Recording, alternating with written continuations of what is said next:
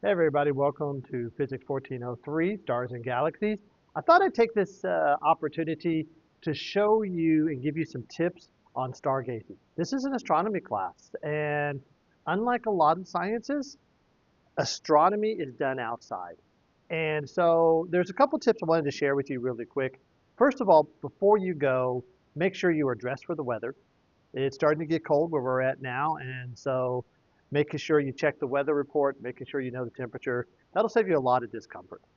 All right. Another thing that's going to come in matter when it comes to checking the weather is it's horrible to get everything ready and go out and realize that 90% of the night sky is covered in clouds. And so always make sure you check that weather before you go. Another thing I always say, you don't normally need sunscreen, but you need bug repellent. All right. Now, as I said, it's getting a little colder where I'm at right here. So, but during the summer, especially, make sure that you've got some sort of bug repellent. You will need it. And it is very distracting to be swatting the mosquitoes when you're trying to look at some meteor shower. Need to be able to find the stars. Most of us don't memorize the night sky. Some people do, but I don't know very many people who have. And so, one of the things that I would recommend is yes, you can get apps on your smartphone. And some of those apps are really, really good. And I'm not going to trash any of them, but I got to tell you, I still prefer my wheel. And the reason I prefer the wheel is because I can also use this wheel, and I'm sure I can do it on, but I'm a little older, and so technology is dangerous, right? But is I can set the wheel for certain times and days. These things are very easy to use, all right? And then I can use this, and I can see what I should be able to see, and I can see the entire night sky on the front and on the back. So on the front and on the back. And you may notice I have a bunch of little post-it notes posted here. That's because if I'm going out, particularly if I'm taking a class out, I want to look at very specific items. I don't trust my memory. And so I write down what I'm supposed to be looking at. For this is Arcturus, the bear, also known as Alpha Boötes. All right, it is 11.3 parsecs away, which is 36.7 light years. It is a K-type giant, and so I've got some information on here so I can make sure that I am sharing the information that I especially want to share with my students. All right. But even if you're going out just for your own entertainment's sake and you want to make sure, hey, listen, I really want to take a closer look at, say, the Andromeda Galaxy M31, then a little post-it note's a great idea. Put it on there. And just get you a flashlight with a red filter on it, and then you can take a picture of it. And you can actually look at this and everything this right. But I love this because it has a little bit of information on it without being overwhelming. And so, as for telescopes, the truth of the matter is, for most of us, a good pair of binoculars will work just fine. Unless you're looking, and particularly if you want to try to take some photography, but if you're just going out and you're just starting stargazing and you just really want to see if you like it, pair of binoculars, especially a 1050 binoculars, work really well. That's a 10 millimeter, that's a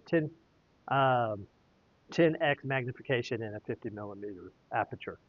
And those will gather plenty of light and you'll be able to see a lot of detail, particularly if you're looking at the moon, which is a beautiful thing to look at to start with and a fascinating thing to look at.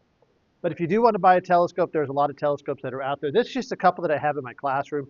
This is a reflecting Newtonian telescope, and this was a gift to me, and so I have no idea how much it paid for. But this is a good little telescope. It's a bit of a beast. It's a 4.5 inch, which is 114 millimeter, and I can see some pretty good details on this. Like I can see the rings on Saturn pretty clearly. I can see the moons around Jupiter when they're in the right position.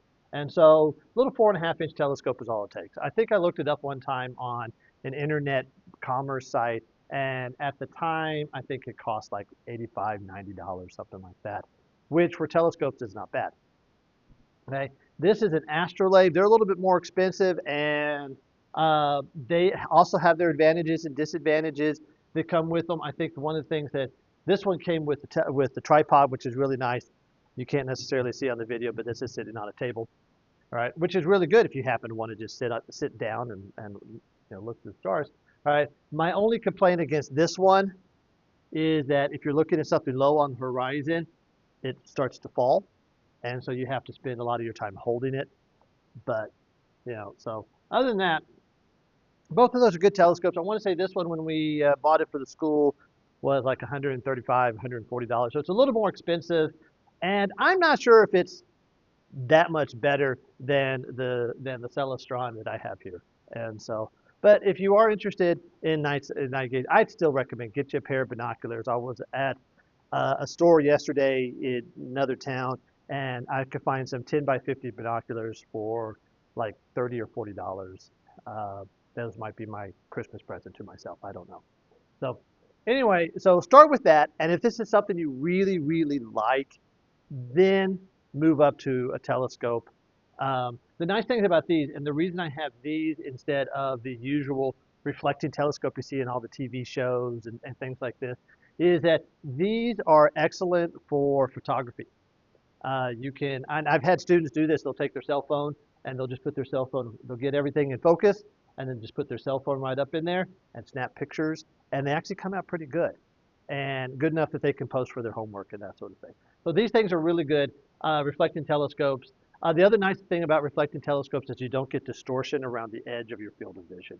With refracting telescopes, which is the long tubes, you look at them, like pirates, but on a, tripod, is that there is some distortion, some color distortion, as well as some spatial distortion around the edges there that are caused because of lenses.